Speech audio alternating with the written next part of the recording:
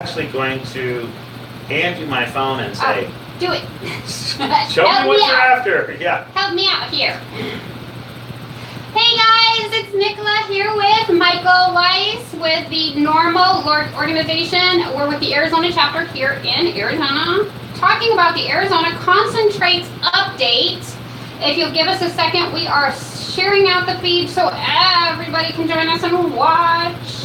I may not be able to get my phone or my YouTube channel. Oh, actually, I might be able to help you by putting you on my Wi-Fi. Okay. So, yeah. While you're doing that, I'm going to be right back. Be right back, kids. Shake hands. Yeah, we can do that. Okay. Sorry guys, we're getting everything set up. It takes a minute.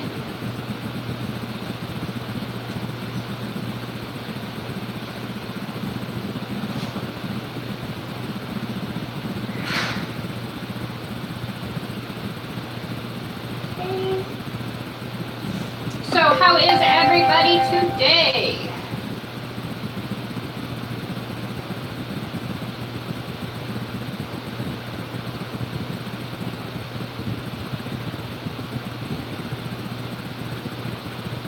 Uh-oh.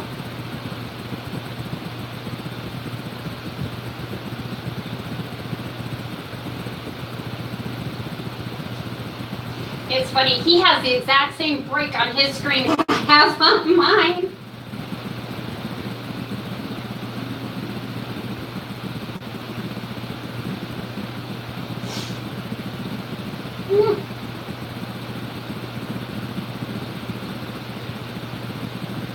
Okay. So, trying to get everything up, guys. Don't forget to like and subscribe to these videos. If we have stuff going on that you like, please hit us up. Ask us questions. That's what we're here for today. Today is all about the Arizona concentrates law. So that's what we're here discussing. That's what we want to talk to everybody about.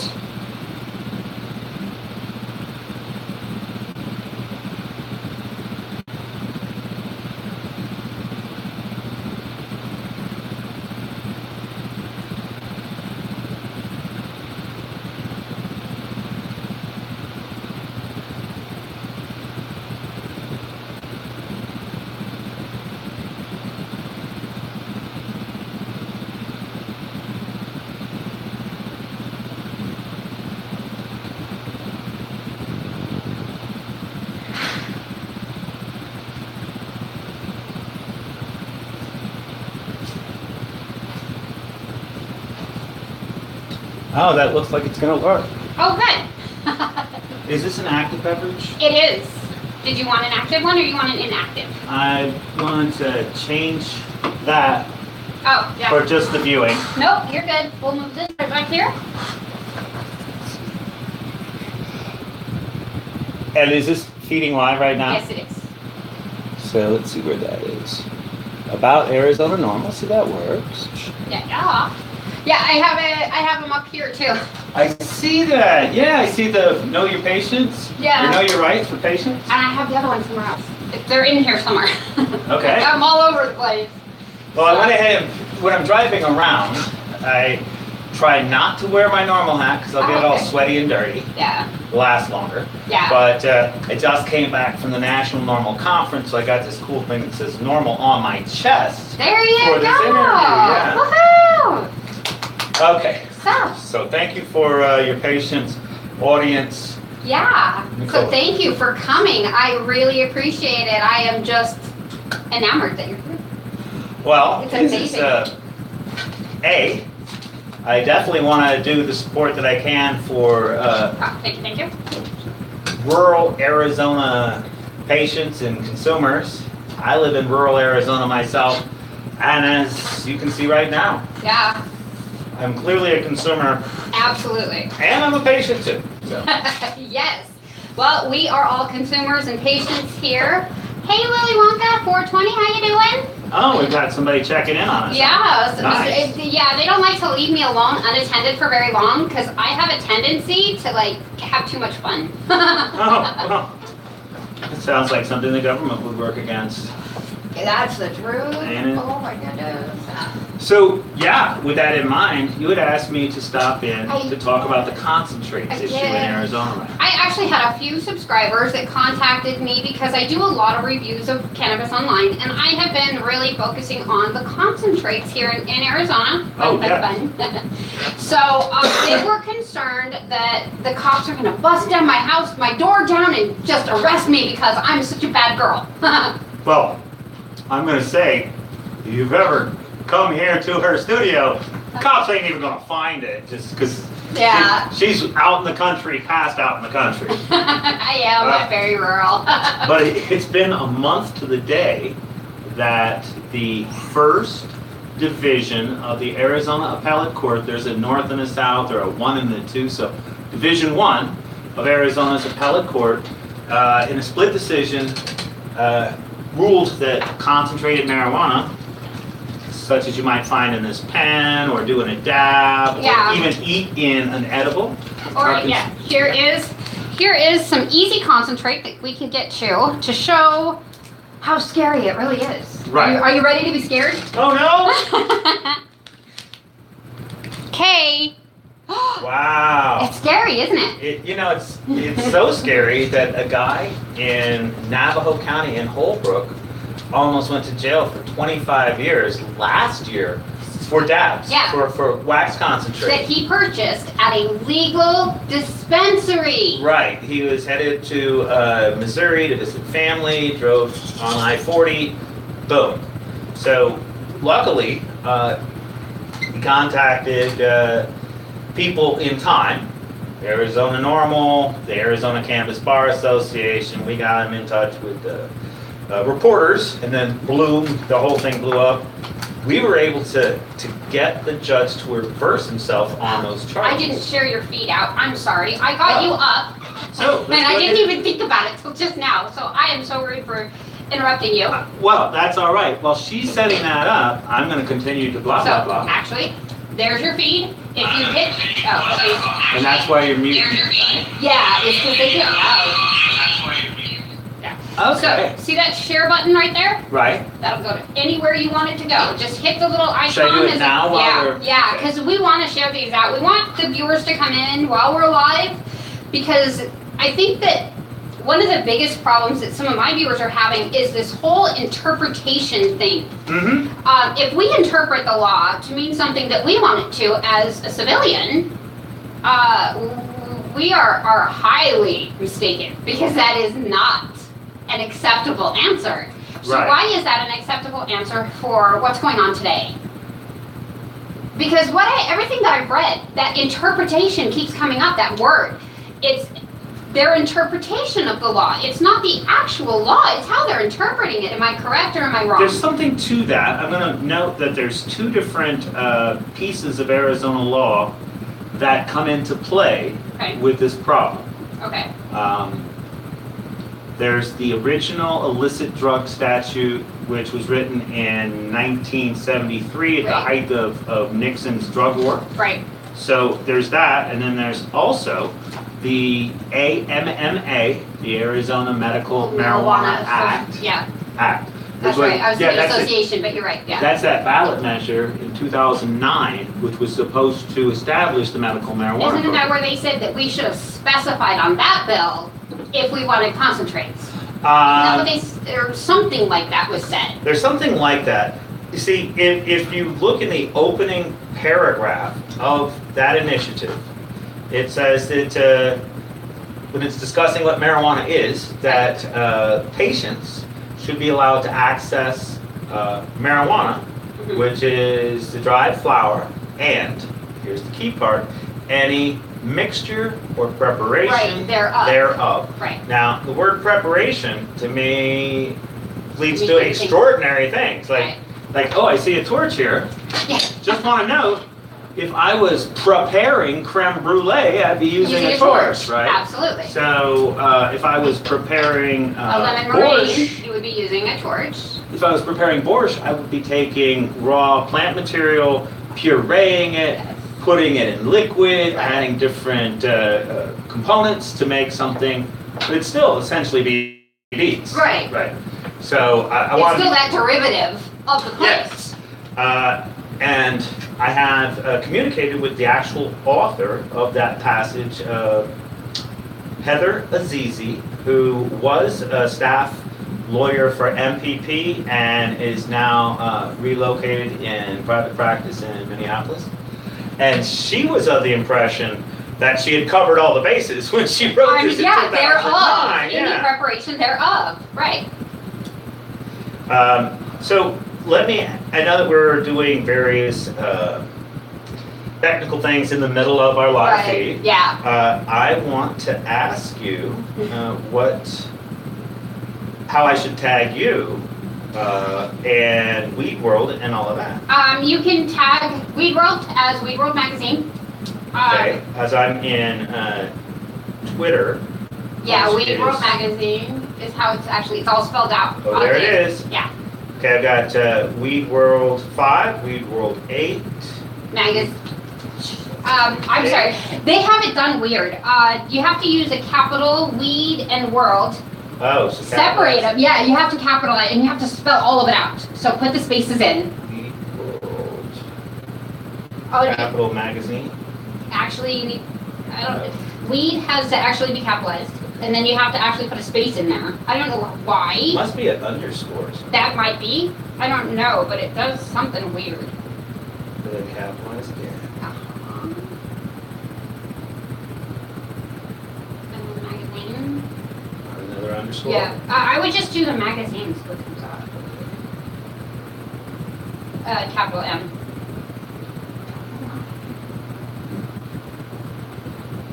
I will tag it. I'm not sure why it's not coming up. If you take the little @ symbol, it may come up with that. Mm-hmm. My handle is Free My Cure.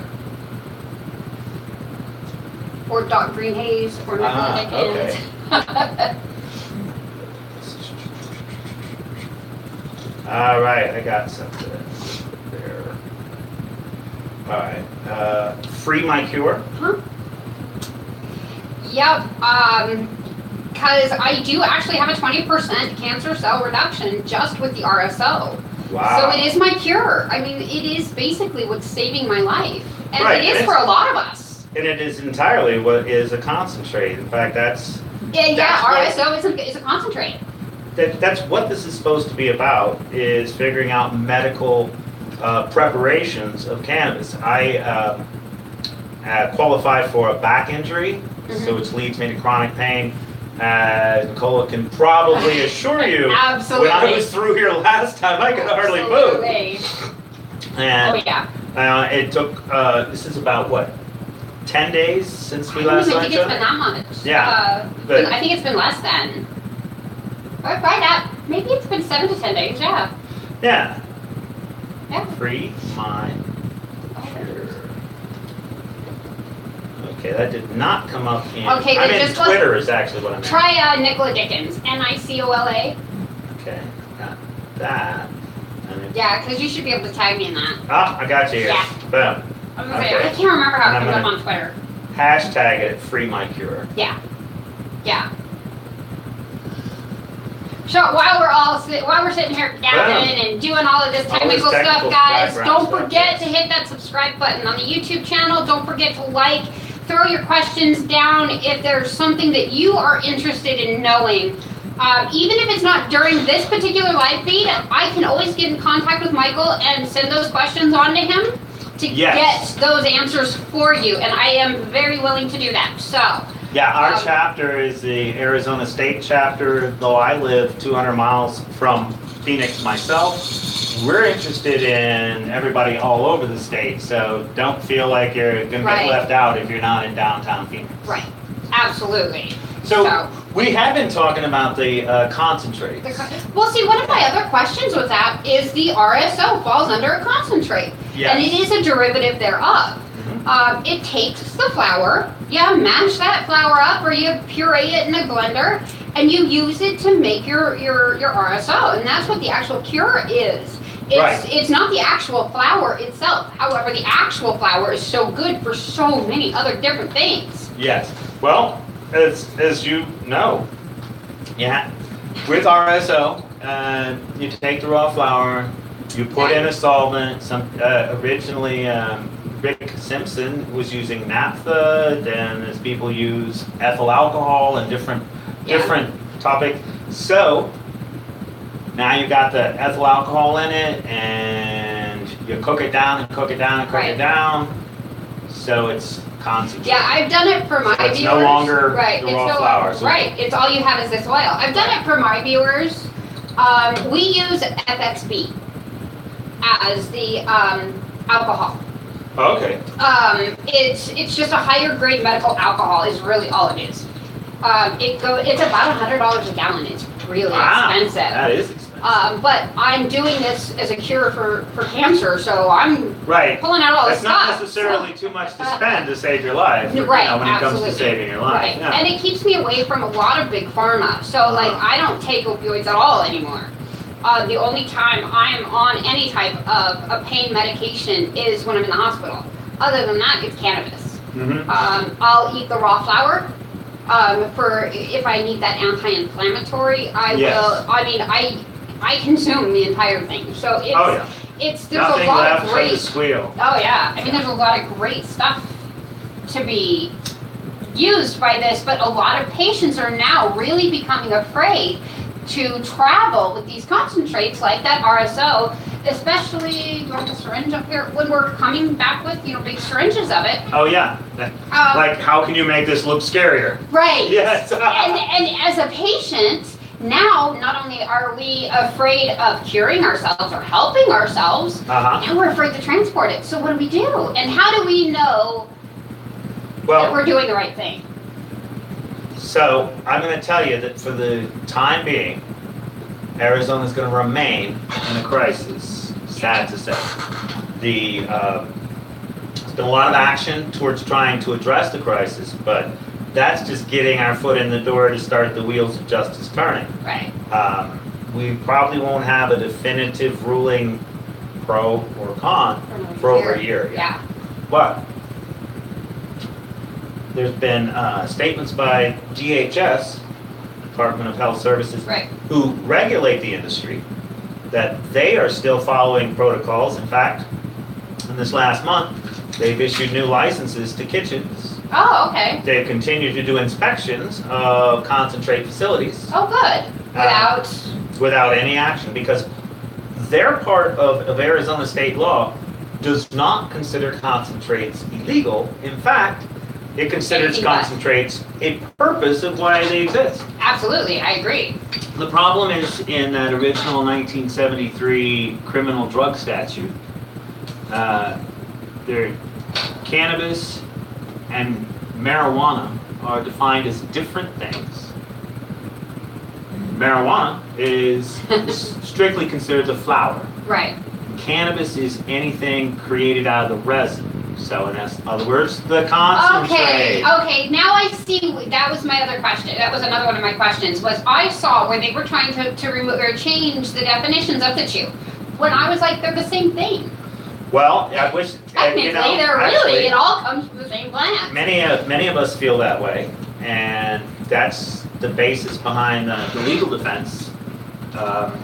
This last legislative session, since we were, Norml was already dealing with a case in Navajo County, the young man I was referring to earlier. Right.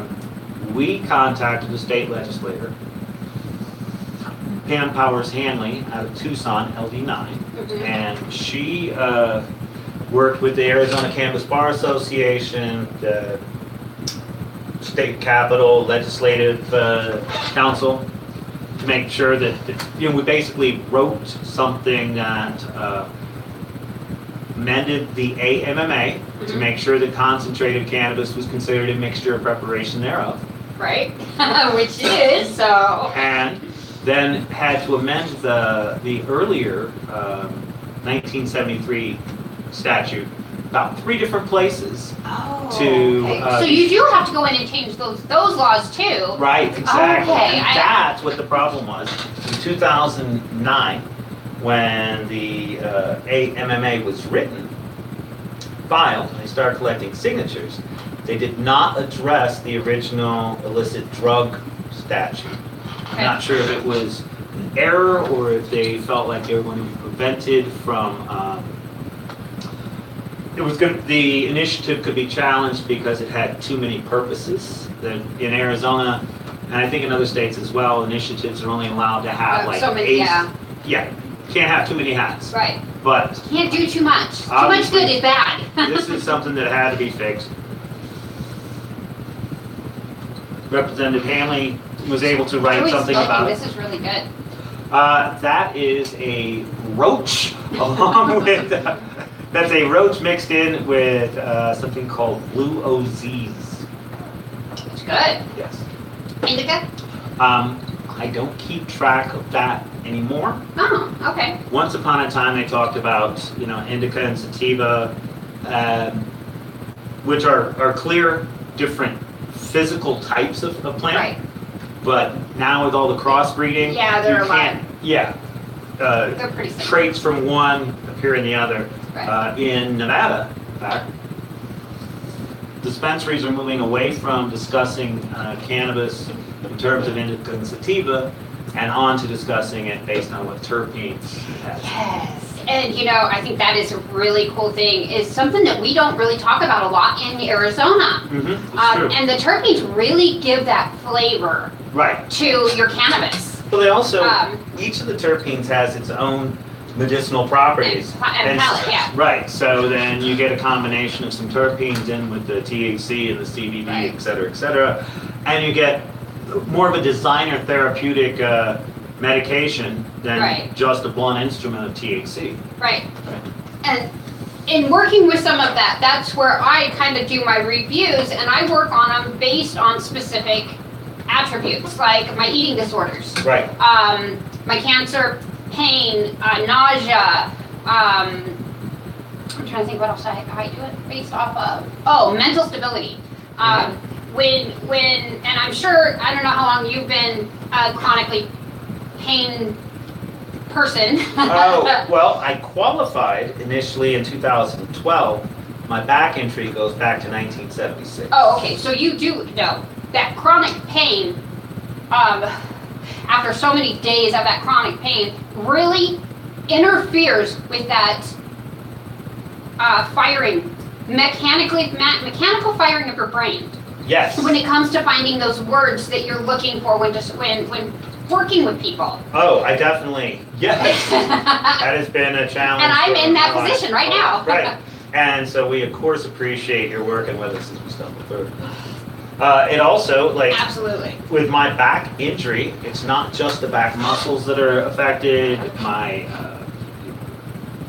urinary tract, my gastrointestinal tract, all of absolutely. That is like anytime numb somehow. Well, it's that spinal injury. Mm-hmm. It's because all of those neurons in there are damaged. So you start that pain or that feeling loss is there. Right. And then you'll end up with phantom pain that they can't stop. Right.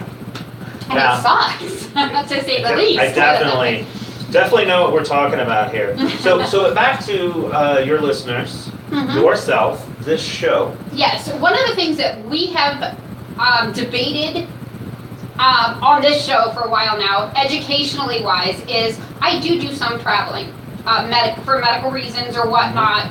It looks like I might end up having to travel to the University of San Diego for another opinion because it's the only other university hospital that actually specializes with my types of cancer and issues. Wow.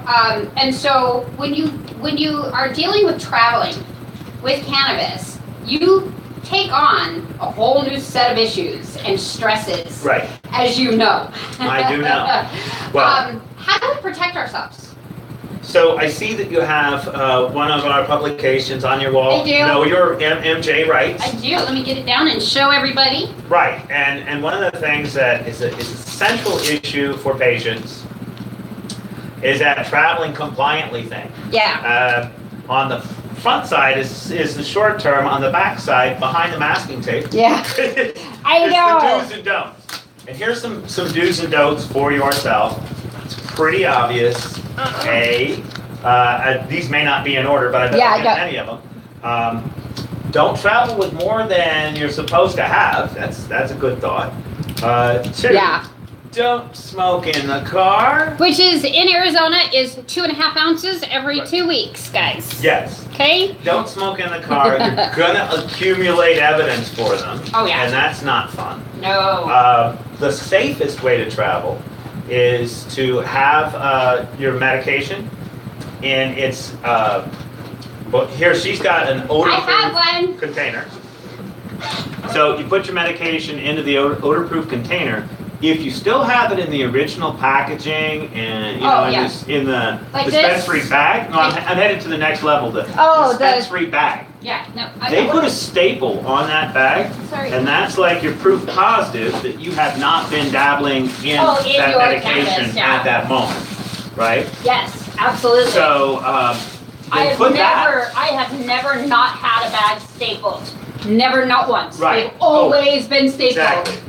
And even as dangerous as staples are, yes, to cause me fear, I'd rather have that protection. I don't know. I think the paper causes me more fear than the staple. Those paper cuts hurt. Cut, yeah. So then, in whatever vehicle you're in, put your cannabis in the back where you can't get to it. Yes. So as far away from you as possible. Right. If you should get stopped, then the office is gonna give you some latitude if you have your medical card, but if your cannabis is right where you could have just been consuming it, he may challenge you. Yeah. And in Arizona, since we have a metabolite limit as one of the pieces of evidence when it comes to DUI, everybody who is a patient is at risk because we all have THC in our system. Right, 30 days.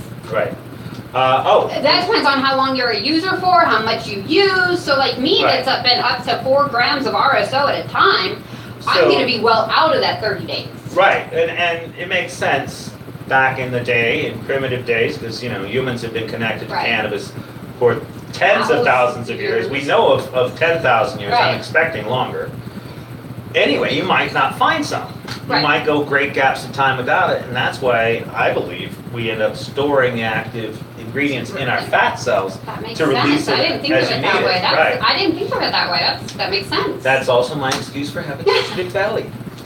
Hey, if the apocalypse happens tomorrow, you're in better shape than I am. That's true. That's true. Just to finish up about that cannabis. So, you put it in the back. Oh yeah. In the original container if possible, and one of these things helps as well. Yeah. If you get stopped, do not talk about cannabis unless it's a necessity. Right. If the officer says something about cannabis, you can say, I have a medical marijuana card. You shouldn't say more than you need to. This is another thing off that list.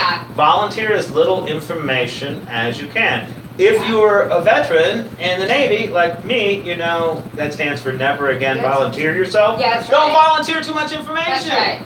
So most people that get into trouble for doing something, it's usually because they're running off at the mouth. If you shut up, you're normally in pretty good shape. Yes. And I found that it's pretty helpful if you are compliant and positive and honest. Well, she added that word. I only say honest because if they ask you a question, you don't want to incriminate yourself. Right. However, if it's something that is very simple, did you have a beer tonight? If you only had one, why not be honest? Because that's more than likely not going to throw you over that limit unless you're let's talk about cannabis. My size. And you don't drink like I don't. When it comes to cannabis though, it's kind of taken as an operating procedure that law enforcement will pursue you if you say, oh, I had cannabis within the last 24 hours, and they're less likely to pursue it if you say, I haven't had any today. So if you can't honestly say, I haven't had any today, either say nothing or say something. And I'm not going to tell people to lie, but I am going to tell you, I would rather have you not in jail. Yeah. I would rather have you not in jail. Now, I've had situations where, like I was in a pickup truck, and I got stopped by Chandler police. No. They thought they smelled cannabis. They said, "Where is it?" And I said, "It's in the back of the pickup truck." This was at night. They just shined a flashlight on it. They saw my medical card, and away we went. Yeah. It was that easy. However, I was traveling interstate, and I wouldn't encourage anybody to travel interstate with cannabis, but if you do, I was stopped in Kansas with pretty near my Arizona limit, but Kansas doesn't even have marijuana. It's illegal there. And in that case, That's I a felony. volunteered as little information as possible because I can do much better for myself, my family, and for the world not being in jail. And you can't do it. Oh, absolutely. So what one about last for thing me about- when I'm driving to Yeah. Tucson or Okay. in state, Right. not out of state, but I'm still on the interstate. But Yeah. I obviously have Arizona plates because I live here, Yes. and Well, during a traffic stop, I encourage you to roll down. Like some people will try to keep their window just cracked a little bit. No, roll down all the windows that you're comfortable with as far as possible. That way there's not stale air, yeah, because in Arizona to this day, the odor of cannabis is still problematic. right. It can lead to probable cause, and then you can, so with that in mind, don't leave Things out trash in in the the open, car. yeah. Remember, you've got your stuff in the original container and it's in the back. Right. If And this thing locks, so Oh, it wow. can't even get to where kids, if they're in the vehicle, can't get to it. that's fantastic, even a suitcase is better. Now, if you get to the point where you're discussing this sort of thing or wax with the law enforcement officers, Shut up. please believe me, you have my immense support and I hope you do well.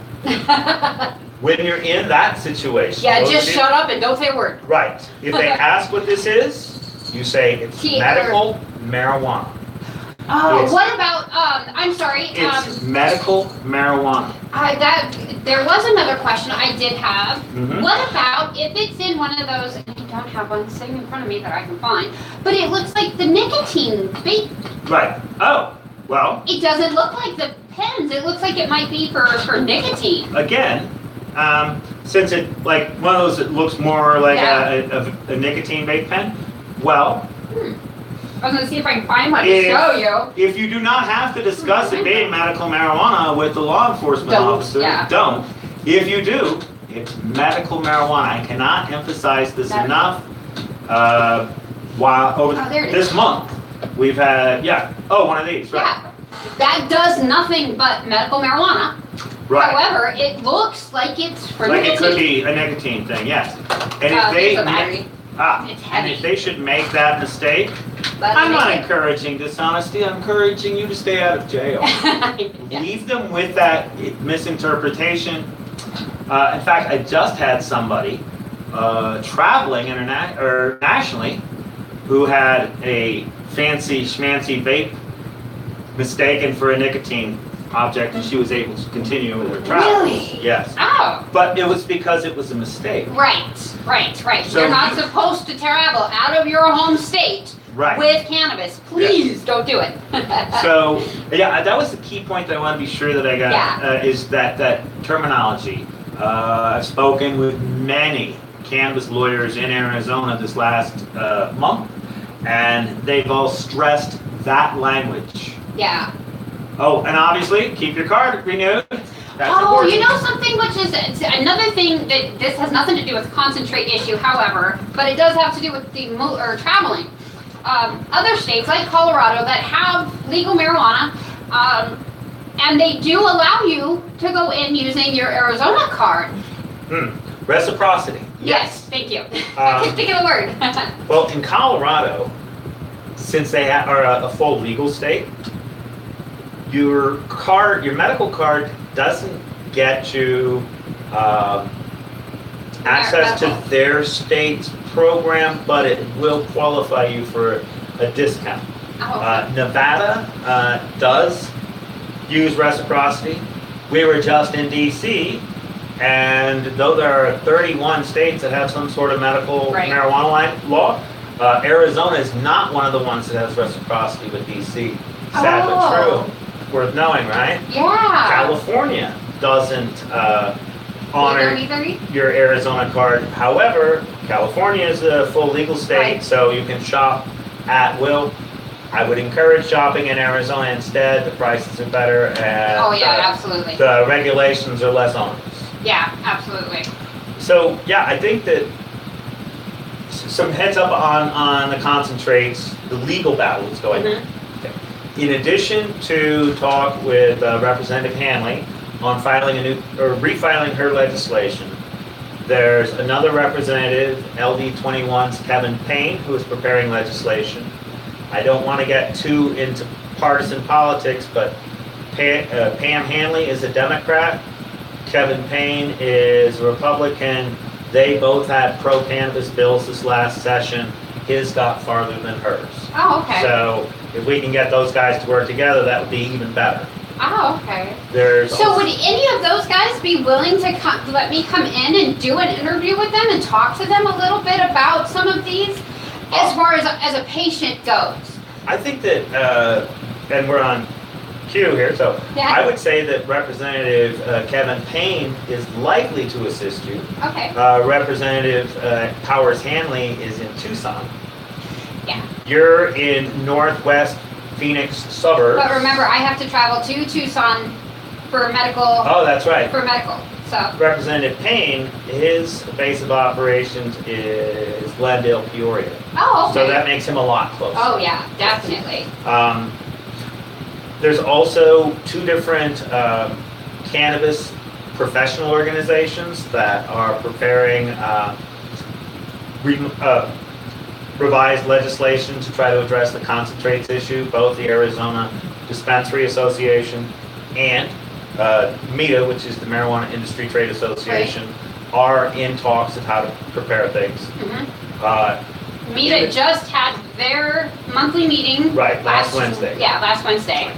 And the current legal standing. So the original case started in that has caused this crisis. Started in Yavapai County in 2013. Right. That guy was represented by a lawyer named Craig Williams. He lost his initial case, and on June 26th of this year, lost his appeal. So that's a long time of hanging in the air. And it was only a half a gram of concentrate Right. at that point. And it was distillate, wasn't it? Well, I've heard it called lots of different things. In the original report, they called it hashish. Yes, they did call it hashish. Nonetheless, it's a product made from the resins of cannabis, so it's a concentrate, and it's also cannabis according to the original state statute. Is there an actual difference between cannabis and hashish? No. Okay, I didn't know, so I thought I would ask. I would say you make scissor hash and that sort of thing, that it's just a more compressed form. Now, the scissor hash is the sticky you get off your scissors when you're trimming, right? Exactly. Okay, I was just making sure I was right. If you just build that up, there's no solvent required. However, it is a concentrate, so it's... Yeah, you could get in trouble for it if you're, same prices, yeah. Yeah. So, since losing the appeal, it's worth noting, I talked about the arrest in 2013, and now we're in 2018. The defendant, Rodney Jones, has indeed served the time that he was sentenced to because he had other charges as well. Oh, okay. So his appeal becomes trickier because the court can say, well, there's no need for the appeal, you've already done your time. Right. So it's been moved out of the lawyer. So is he still in jail or is he out now? He's out now. In fact, if you were at the Earl Cup, he was there. Oh, it was his first public appearance. Since. Yes. Okay. I did, and actually, I was nervous as a cancer patient, and with this law being in effect, being at the Earl Cup, because there was quite a bit of concentrates there. I don't know how many times I walked out to where the lunch trucks were because it was just so warm. The hot box that was going on in there towards middle of the day.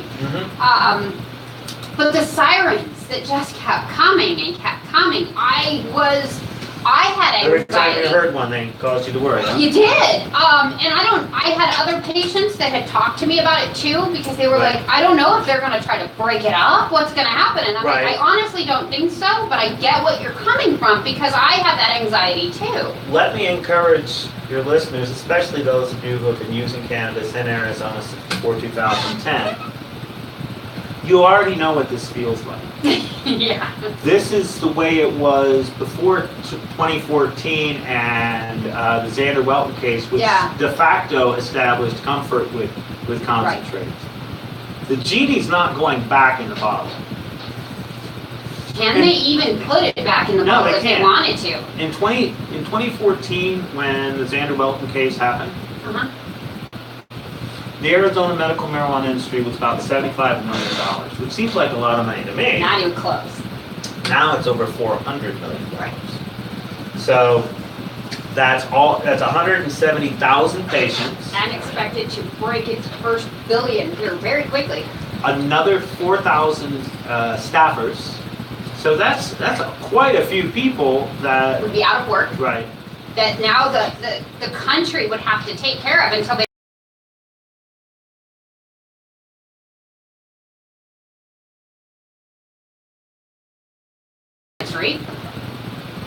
yeah. Because the people who work in the industry and the people who consume regulated marijuana products have lives, they figure that really every dollar of actual marijuana revenue is equal to about $5 in the economy.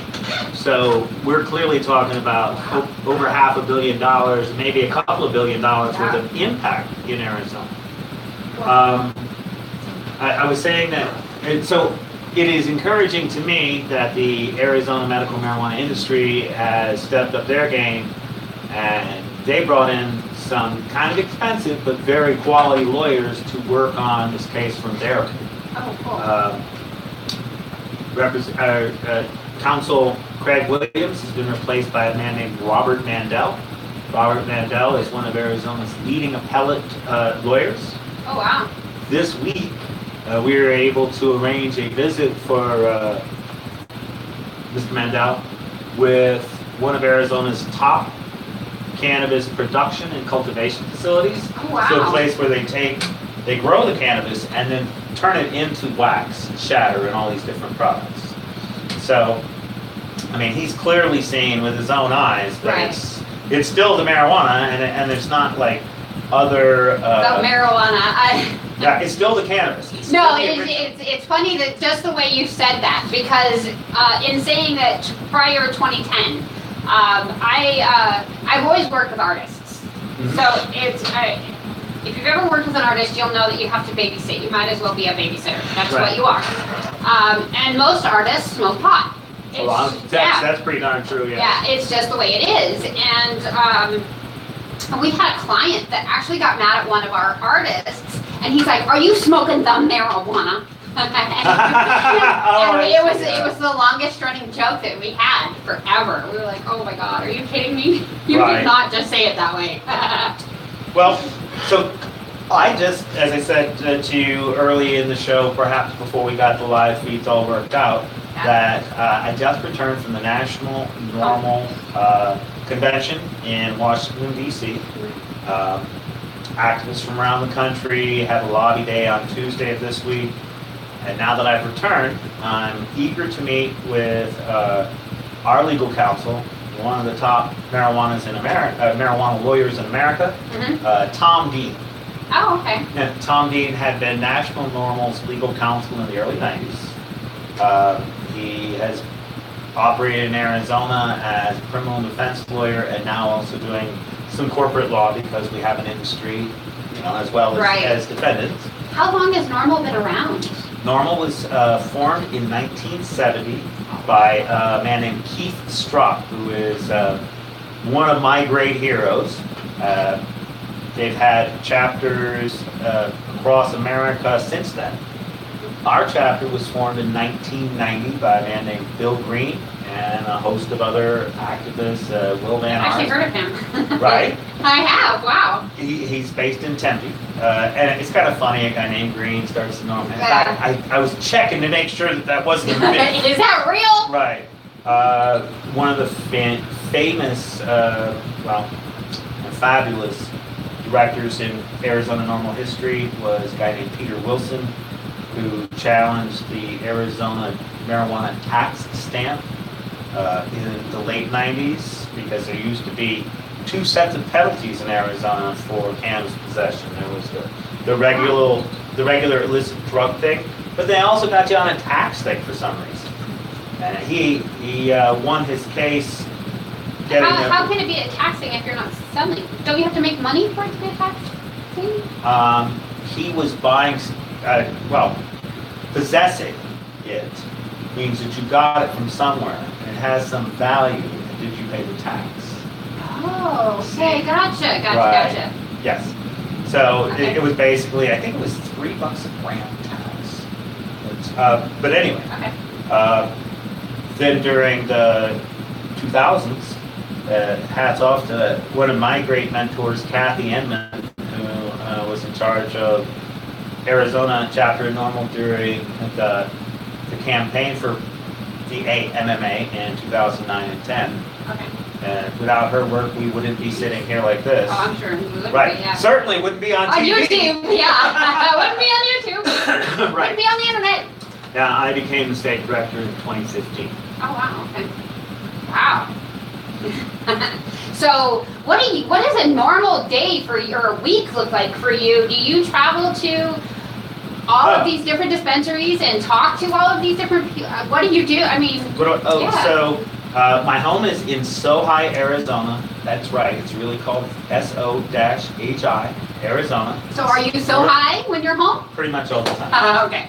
And it's north of Kingman. I go home as often as I can. Sometimes, once a week is generally what it is. Sometimes it's just a couple of nights. Sometimes it's 3 nights. Your poor wife. I know. I do work from home as well as here. My year is shaped by the Arizona legislature. So between, say, October and May, I'm either working to prepare for the new legislative session or involved in the current legislative session. An advocate, which is a lobbyist that doesn't get paid by a client. That is true. Right. So this last year, we helped shepherd 14 positive cannabis bills in the state legislature. There's the concentrates one that I mentioned earlier, but we also succeeded with the hemp bill this year. Right, yes. We had a testing bill that got pretty darn far and got a lot of notoriety. Are we going to start testing soon? That bill was defeated in the end, but it's already being rewritten for the next session. Okay. So that dominates a lot of my time. You know, with as much as I bleed internally, you think I wouldn't bleed externally. Right, there'd be none left. There wouldn't be. So I get the Norml hotline to my phone. Yes. So and I think I've called you like 4 different times trying to get information. I feel so bad. I'm like, your email doesn't work, and I've tried. And we're trying to get that solved. Today, traveling from Sohi to here in rural Wittmann, I had 2 different calls. One, a veteran trying to keep his card active, and another, someone who was worried about what's the latest in the concentrates. You know, and I completely sympathize with the veteran. I know as a terminal cancer patient, I don't have a job. Right. Everything that I do, I mean, I work, so let me tell you that. Right. I work my butt off, but I don't have a job. You can't get a job when you have cancer. They don't want you. They want you to be at home and resting and getting better. Right. It's really what they want. And it's true that, especially in the age of cannabis therapies, you could come back. Yes. But if you work yourself to death, then you can't. Right. Yeah. So keeping your card. Super important. Yeah, absolutely important, and it is hard. We only have my husband's income, and you know, how do you do that when you don't have a spouse, or you know, to be able to take care of that? That it is expensive. Well, I don't have good answers. There's different groups that try to help with individual cases. Yeah. In general, there's no guarantee that There's going to be there's funds going available to to be help support. that. Yeah, funds available to support people.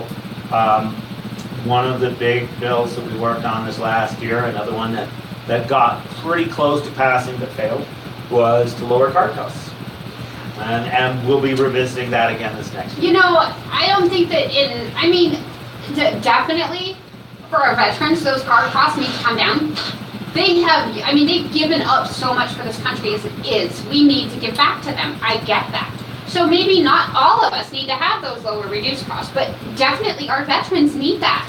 Yeah. Well, They gave their sanity in some cases for us. Arizona's card costs are among the highest in the nation. I think Minnesota and New Jersey have comparable rates. I don't believe we're the highest, but at $150 to the state, it's an onerous amount. We've actually worked with the original It is director. expensive. Yeah. Well, it's expensive. We've been working with the original director of the program who set the fees in 2011 when he thought there would be few patients and he'd need to Whoever's raise more money. calling, I will call you when we're done. He thought that there were going to be relatively few patients, so he set the fees high to afford to operate the program. Instead, we have the third largest program in America. So what are the lowest? Or let me rephrase that. I don't want to know what the lowest are. What are the average? About 50. Wow. Yeah, in California it's 35. Oh, okay. Right. So I didn't realize ours were that high. Much higher. They are disproportionate. It's really higher than most of America. Okay. So that's why that was a main issue for us. So in addition, go ahead. Well, going back to the Earl Cup and the testing, I talked to a couple of patients at the Earl Cup that have been extremely interested in the Arizona testing laws. Because we don't test for carcinogens, we don't test for some of those yucky things that we shouldn't have in our cannabis. Mm-hmm. And they do want to see these testing, and I was really surprised to see how many people do have that education to know that we don't do these things and that they do want to have those things into play. Do you think how close do you think we are? I believe that this next year there's going to be another serious effort. When I say we got pretty close, our bill failed on the final day of the state legislature. Oh, wow. So it had gotten through all the hoops and had like the last 2 votes to go, and it did not pass. Okay. So that was pretty close. Well, because as a cancer patient, I want yes. those tests in there. And if we don't go to passing that, at one point in time, I was trying to figure out how I could legally cultivate for my own medicine just for my RSO, because I want it organic, as organic as possible. Yeah, and do keep in mind that when it comes to the health of a patient, inorganic pesticides are not the leading problem that we've seen for causing health problems for patients. It has to do with something that, even if you were using, growing it yourself, you could have fungus, mold, or mildew. And those things are the ones that have actually been associated with causing patient health problems. In California and the Bay Area, early 2017, there was an epidemic where AIDS patients who are already, clearly compromised, were developing fungal pneumonia from contaminated marijuana. Right, and then there was in I want to say, is it Maryland? There's the Godfrey law, because of the fact that if you're on dialysis, you weren't supposed to be able to, you couldn't stay on dialysis and use cannabis because they didn't know if that cannabis that you were using had that fungus in it, if it had any of that mold in it, and there was other issues that were coming out of it. So they found out that through their Maryland testing that it wasn't, that actually Maryland had pretty clean grow sites and they didn't see the fungus and they didn't see any of these things that they had, so they were able to remove it. And the only reason I know about the law is because Vice Channel did a thing on Weedikit about it. And I ended up friending Godfrey is his last name, and he is just the coolest guy. Nice. But yeah, they told him he had to stop smoking cannabis altogether, or they were going to stop his dialysis. Right, and that gets to, earlier I said that I get the hotline to my phone number. Yeah. We also, besides having legal cases, a pretty steady stream of people who are having medical problems, not with as a result of the cannabis. Would you like to use some concentrate while we're using? I'm going to be responsible about my use, and I will say yes, but I can do that responsibly. That's right. Okay. So, Wow. we get a lot of people who are super sick and have opioid prescriptions Uh-huh. that they get through a pain management clinics, the doctors, and there's different clinics that make it their procedure to deny patients that have medical cards. Yep.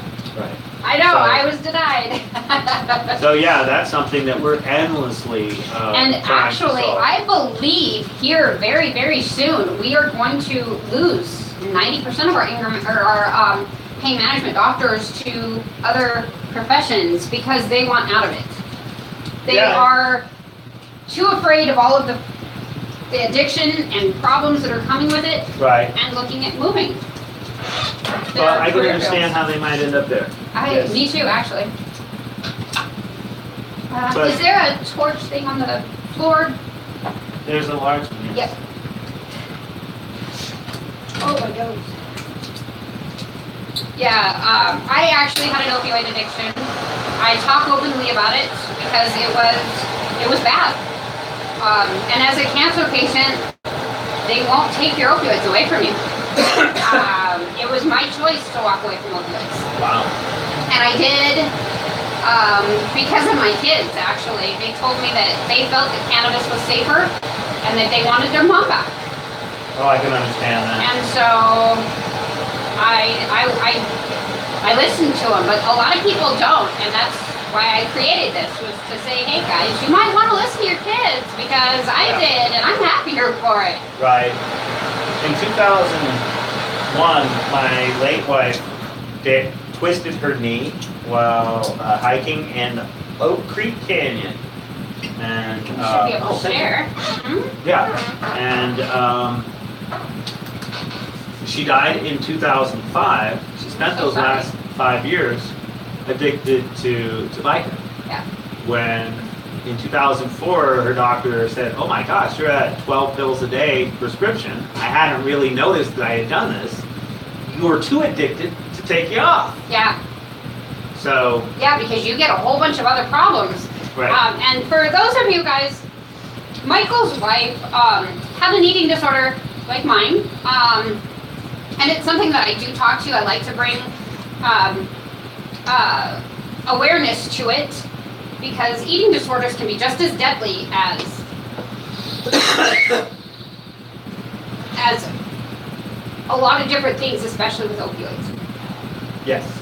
Because we're not eating enough, we're not drinking enough, and then we're taking all these opioids, but because we're not sleeping those opioids off, now once we are sleeping, now we're sleepwalking and taking the opioids and we're doing it. So it's kind of a catch-20. I'm going to take a second. Yeah, it does. But if we hadn't had the cannabis medications taken out, you can imagine today how many people have died from opioids when they could have not. Yeah, well, you saying that really kind of gets, I went to medical school, and we were taught in medical school that that was bad, that was naughty. You don't want to talk about it, cannabis is bad, it's addictive, and that was the end. Well, apparently that happens when you get big organizations. Yeah, that is History is written by the victors, they say. Yeah, that is true, and sadly it needs to be remembered sometimes by all. Right. But with that in mind, I'm going to have to let you go, Ms. Dickett. Yes, yes. Thank you guys. Don't forget to write down the comments if you have any questions, so that I can get them to Michael. Let me give people a way to contact Yes, yes. you. So, if you have a marker of any kind, I do. I would use that. So my name is Mike. Oh, okay. My name is Michael Weiser. That's not as important as the name of the organization is AZ Norml, Arizona Norml. We're part of the national. We're part of the national organization for the reform of marijuana laws. No, there are chapters all over. I'm not going to make too big a deal out of this because it's going to distract. Oh, there we go. So, we're statewide. We deal with all sorts of marijuana problems. Definitely open to being contacted. Yeah. The best way to get through to me is through my phone. Oh, yeah. I got a hold of him 3 or 4 times. Right. Oh, it felt so bad. Put this number here so you can call. If we all work together, we can make this difference. So that's, to be able to see that, I get over there. Oh, thank you, man. I got it. Here you go, guys. Don't forget to hit that like button and hit that subscribe button. Thank you. There you go. Yep. So, yeah. Thank you, guys. If you got questions, let us know, and we will be back at some point in time in the future. As the law updates, we will update you. That's true. Cannabis will prevail. Yes, it will. Let me shut it down. Okay. Ta-da.